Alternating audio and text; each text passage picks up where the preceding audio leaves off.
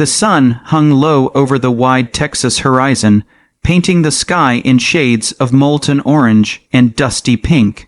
Heat shimmered off the long stretch of the rural highway just outside the quiet town of Cedar Valley, the kind of place where folks still waved at each other from their porches and where everyone knew the name of everyone else's dog. But today, something unusual was happening on that dusty road, something folks in Cedar Valley would talk about for decades. A blackhand, gold Lamborghini Revuelto, so shiny it looked like it had been carved from midnight itself, purred like a predator as it rolled to a stop near an old roadside diner. Behind the wheel was Raymond Holt, billionaire entrepreneur, oil tycoon, and a man whose confidence entered the room before he did. His sunglasses had their own price tag, and the dust on the road felt unworthy to settle on his shoes. He stepped out of his car and casually checked the time on a watch worth more than most houses in Cedar Valley. He was waiting for someone, waiting for entertainment. Across the parking lot rolled an old, rusty, beat-up pickup truck that rattled like it was coughing its way through its final days.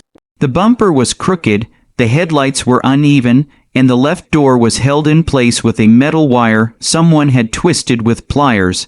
From inside the truck, clouds of dust and hope came out together. Then the door swung open and out stepped a young man, thin, sun-tanned, his jeans worn, his boots old but polished with care. His name was Charlie Dawson, 20, 3 years old, mechanic, small-town dreamer.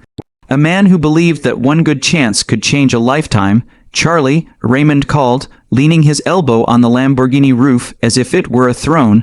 "That your vehicle?" Charlie smiled humbly.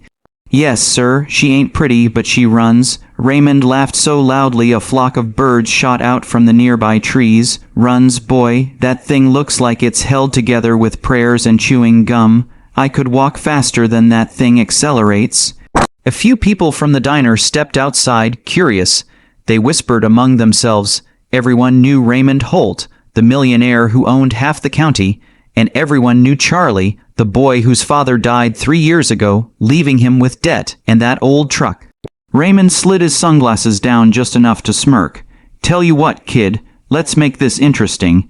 Charlie's heartbeat quickened. "If you—" Raymond pointed at him, then pointed at the battered truck. "Can outrun me in a race with that junkyard masterpiece. My company is yours, all of it. Holt Industries, oil, real estate, tech, everything." The crowd gasped. One woman dropped her drink. "And if I lose?" Charlie asked quietly. Raymond grinned. "You clean my garage for a year." Charlie swallowed. For a moment the world became still. The cicadas quieted. The diners watched with wide eyes.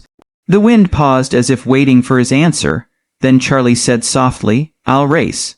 Raymond burst into laughter again. "Well then, let's give the people a show. Kindness Soul Stories is definitely gonna talk about this one, kid." The racers lined up at the edge of the long, empty Texas road, stretching straight into the burning horizon. Raymond's Lamborghini growled with ferocious confidence. Charlie's truck wheezed but stood proud. A local sheriff agreed to watch the race, mostly because he wanted to see the impossible attempt. Charlie leaned into his window and whispered to the old truck, "Come on, Bessie. I know you got one more miracle in you." Engines revved. The sheriff raised his hand. 3, 2, 1, go. The Lamborghini exploded forward like thunder on wheels, leaving a storm of dust behind it. Charlie's truck shook violently, rattling as if every bolt was arguing with gravity. People watching assumed the race was already over, but then something unexpected happened. Charlie's truck steadied. The engine roared with a deep, powerful growl no one had expected. Charlie's eyes narrowed, his hands tightening on the steering wheel as he pushed the accelerator to the floor. The truck shot forward, not fast, not flashy, but steady, determined, relentless. Raymond looked in his mirror and his expression changed. The smile faded. The old truck was catching up. He frowned and pushed the Lamborghini harder. Flames spit from the exhaust. The engine screamed. But every time he looked back, that rusty truck was still there. Closer, closer, closer. Inside the truck, Charlie whispered, "Come on, girl, for Dad." As they raced down the long highway, something began to smoke beneath Raymond's hood. The Lamborghini was faster than anything in the county, but Raymond had grown arrogant. He never respected the road, the heat, or the journey. But Charlie had lived his whole life on roads like this. He knew how to lean into the turns, how to time the engine, how to work with the road rather than fight it.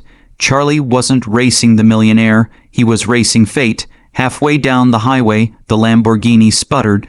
Raymond's eyes widened. No, this can't, what's wrong? The engine coughed, stuttered, then silence. Smoke poured from the back of the car. Charlie passed Raymond, their eyes locking through the windows. Charlie didn't smirk, he didn't laugh, he only nodded softly, respectfully, as he drove past. The crowd at the finish line went wild.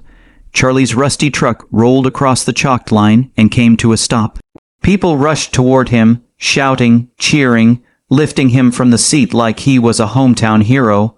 Raymond arrived minutes later, furious, humiliated, and confused. "What kind of trick, what kind of cheat? How did you do it?" he demanded. Charlie wiped sweat from his brow. "Sir, my truck ain't pretty, but I rebuilt every inch of that engine myself. I know her heart, and I know this road. Money don't guarantee victory, hard work does." Raymond stood silent for a long moment. Then, very slowly, he smiled, the kind of smile that only appears when pride dissolves into respect. "You beat me fair," Raymond said. "Deal's a deal." Charlie blinked. "Sir, you don't mean—" Raymond nodded. "Holt Industries is yours." The crowd erupted with disbelief. Charlie felt the world blur around him. The billionaire extended his hand. "But do me one favor." Charlie swallowed. "Anything, sir. Promise me." Raymond said with a gentle smile, "You'll treat people better than I did today." Charlie shook his hand firmly. "I will." And so, on a dusty Texas road in the warm glow of a setting sun, a young mechanic with a rusty truck became the new owner of a millionaire empire. Not because of luck, but because he believed in the heart of something the world had given up on.